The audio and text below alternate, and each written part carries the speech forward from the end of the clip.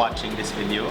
So you're watching TitoFit, and my name is Jeridan. I have been a coach for the last 16 years in the fitness space, with a specialization more towards CrossFit and functional fitness, and in a previous life, in a past life, a little bit of aesthetics and bodybuilding too. But I've since moved on, and as you reach Tito age, you kind of like your training shifts a little bit to more of a type of training that's going to allow for longevity.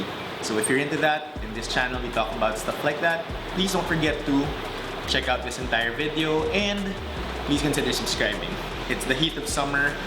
Well, sometimes it's raining. Delayed summer ulit tayo. So I guess a lot of you people are planning to have your vacations towards the end of this year, pag medyo binuksan na lahat. Okay? Pero sa ngayon, hindi pa bukas lahat. Tsaka bukas na ulit ang gyms. Okay? Medyo 30% capacity, but that's a step in the right direction if you ask me. So we're gonna talk about your metabolism. A lot of people talk about the metabolism and how your body burns calories and things like that. We'd like to make it a little bit of a broader discussion for you to understand a little bit more about your metabolism, since recently there have been a lot of people who have been dieting. The key to successful dieting is actually to understand how your metabolism works. Your metabolism is actually divided into 3 or maybe 4, depends on how you look at it, different types of metabolism. So the first and most important one is your basal metabolic rate, or that is the biggest allocation of your metabolism. So when you talk about your metabolism, that's how your body will actually burn calories, use calories, and in relation to how you take them in. Think of it as a budget, or isipin mo na para siyang wallet, okay? So yung katawan mo yung pitaka, yung katawan mo yung wallet, na kapag kulang-kulang ka sa budget, let's say, halimbawa, maliit yung natatanggap mo, maliit yung sweldo mo, and maliit yung budget mo, so ang mangyayari is, alam mo yun, yung wallet payat lang siya. Di ba? So syempre, pagdating sa pera, ayaw natin yun. Pero pagdating sa metabolism natin, medyo mas gusto natin ng konti yun. Ngayon, pag sobra-sobra yung dumadating, syempre sa pera gusto natin yun. Pero pagdating sa budget, sa metabolism, sa metabolism, syempre, hindi natin masyadong gusto yon na sobra-sobra yung pumapasok. Kasi pag sobra-sobra yung pumapasok sa katawan mo, medyo, like I said, sa wallet, mataba yung wallet, mataba rin yung katawan mo, di ba? So, ganun. Now, we're not here to judge anyone based on body shape or size, but more we're approaching this from a health standpoint. A lot of diseases are metabolic in nature, and that's caused by overconsumption of foods and the like. So, your basal metabolic rate has the biggest allocation. Now, that's about 60 to 75% of the calories you burn on a daily basis. So, thinking about that, it goes to show from practical standpoint to actually increase your basal metabolic rate, because that's where you burn the most calories. So 60 to 75% depending on the person. Okay? Now, what is the role of your basal metabolic rate? It maintains fluid levels, keeps your brain running, it keeps your body temperature, it controls your body temperature, it keeps your heart running, pumping blood, circulation, hormone levels, things like that. That's your basal metabolic rate. Just simply breathing actually helps, is part of the count of your basal metabolic rate. For most people, this will definitely be about 1,000 plus calories per day. So dun pa lang, 1,000 plus calories per day sa basal metabolic rate goes to show it's not practical to go on a very low calorie diet that's below 1,000 calories.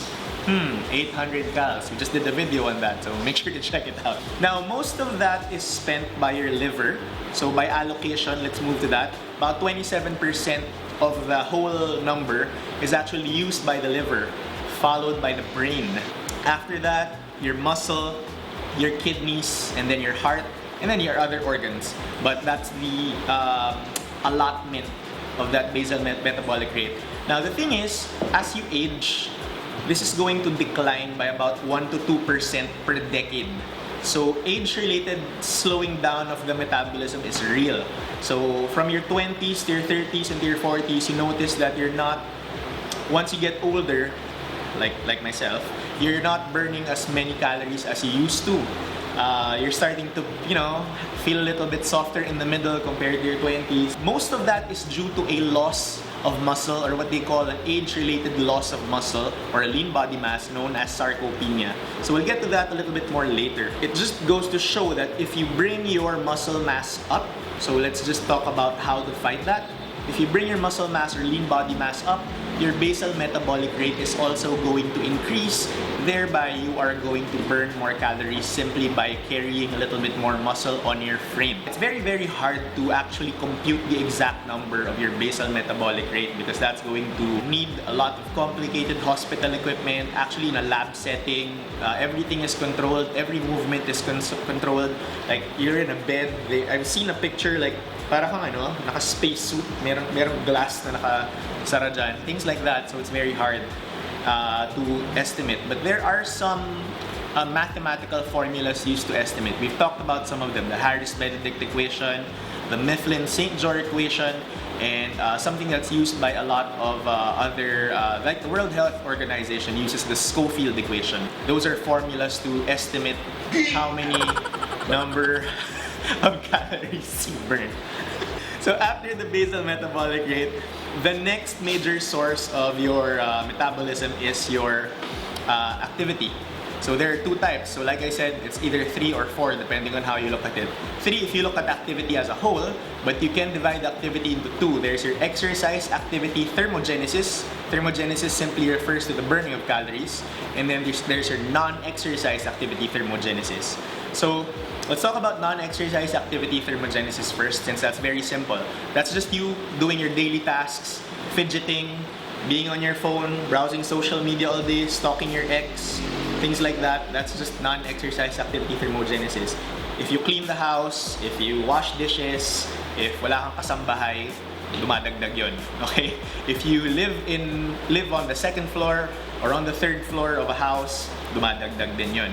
Now, on the other hand, if you take the elevator every day and you live in a small condo, nababawasan yun. So let's think of it that way. Now, on the other hand, exercise activity thermogenesis, like I said, total of that activity thermogenesis is about 20% of your daily calories burned. So if you're not exercising, you're wasting a big opportunity. Malaki yung nasasayang mo. So, lesson learned, just exercise, Now, there's two types of exercise to be concerned about.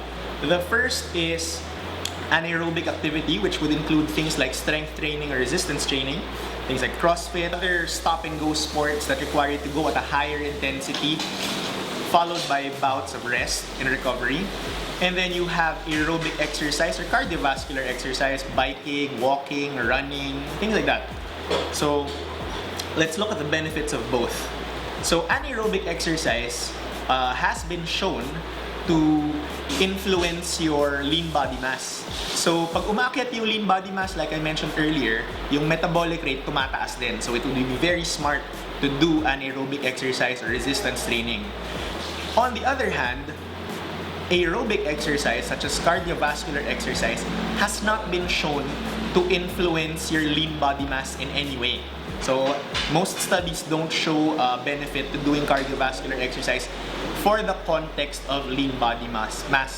However, most of the studies that do involve aerobic exercise or aerobic training or cardiovascular exercise do show a benefit in weight reduction, direct weight reduction, and heart health. So it would still be in your best interest to incorporate a little bit of both.